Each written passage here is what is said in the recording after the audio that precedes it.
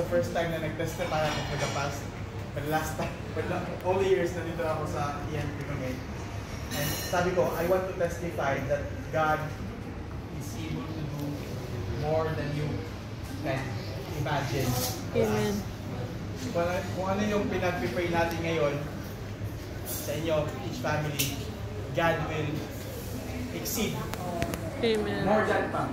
Kasi nakita namin sa buhay namin ngayon, nakala namin hindi na ito mangyayari. But then God gave it to us even more than what we asked. And then yun lang. And we are grateful as family that we belong in this family, a praying family, a praying community. Kasi isa kami sa recipients ng mga prayers niyo, ng mga prayers of this church.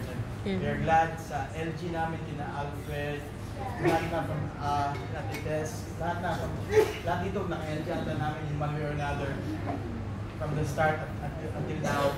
Thank you. Thank you is not enough. But we will see each other again. Dito pa naman ako for the next 3 months. Next week, i-sign off na natin sila muna for sharing yan. We're happy. We're excited. May konti ka ba? But we believe that God is already there. He's already gone ahead of us. In fact, meron talaga, literally, matutulungin na kami.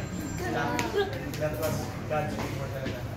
Thank you for tonight. Thank you for the friendship. Thank you for kulang ang thank you for doing for all you have done.